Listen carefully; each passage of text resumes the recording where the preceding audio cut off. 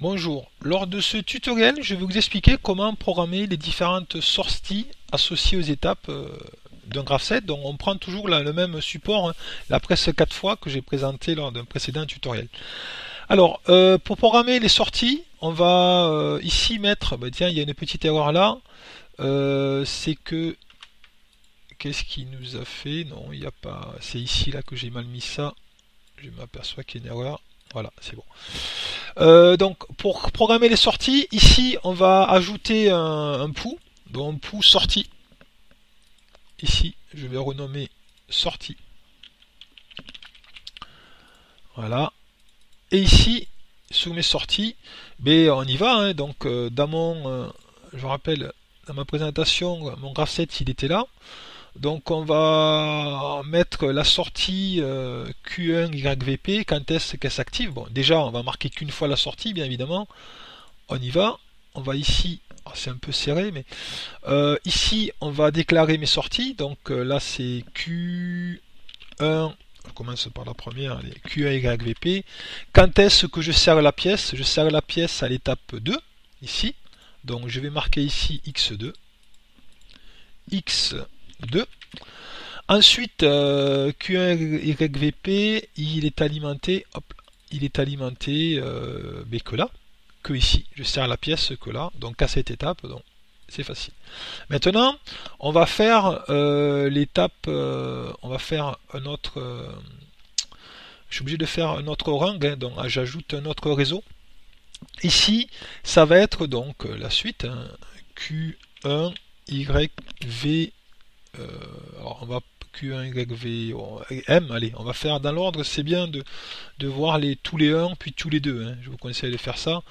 Q1, c'est dans le symbole, Q1 YVM, ici, desserrer la pièce. Quand est-ce que je desserre la pièce? À l'étape 6. Donc on y va, étape 6. Étape 6. Et aussi étape X6 et aussi je le desserre ici à l'étape 22 de mon graph set de mise en référence et ici mais je vais saisir X22. Ah, ma souris elle a du mal. X22. Donc et là je fais un petit trait, c'est bien sûr en dérivation. Hein. Voilà, pour desserrer la pièce, logiquement j'en ai pas d'autre. Non, je n'en ai pas d'autre. Donc on va faire l'étape la sortie suivante. On y va. Alors, il me met un message d'erreur, oui. C'est normal. Je veux que je boucle. C'est bon. Je vais prendre la sortie, enfin un autre réseau pour mettre ma sortie. Donc, c'est ma sortie Q1, Q2YV pour mon serrage. Donc, on y va. Ici, je mets Q2YV. Ici, Q2YV. Donc quand est-ce que je poinçonne? Alors, je poinçonne à plusieurs endroits. Ici c'est un monostable, du coup il faut que je répète l'action. Donc à 3, à 4, donc on y va, 3, 4. Il n'y a que ça. Ouais. Donc on y va, ici à l'étape 3, étape 4. Donc ici, étape 3, X3 et X4 en dessous.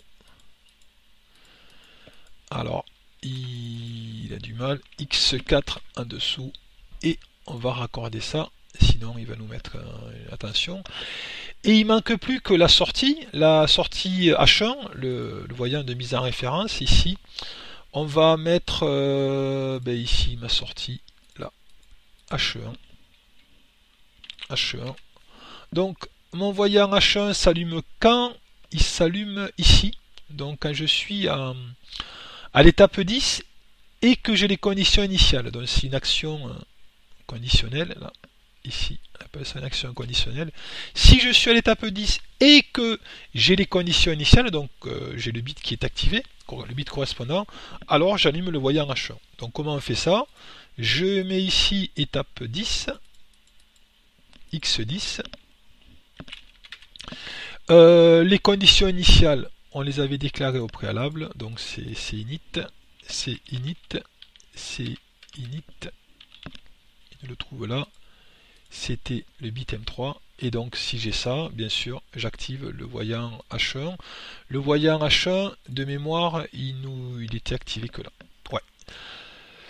Mais on a fini pour ces sorties. Donc maintenant, on va passer à la suite. On va s'occuper du graph set d'arrêt d'urgence.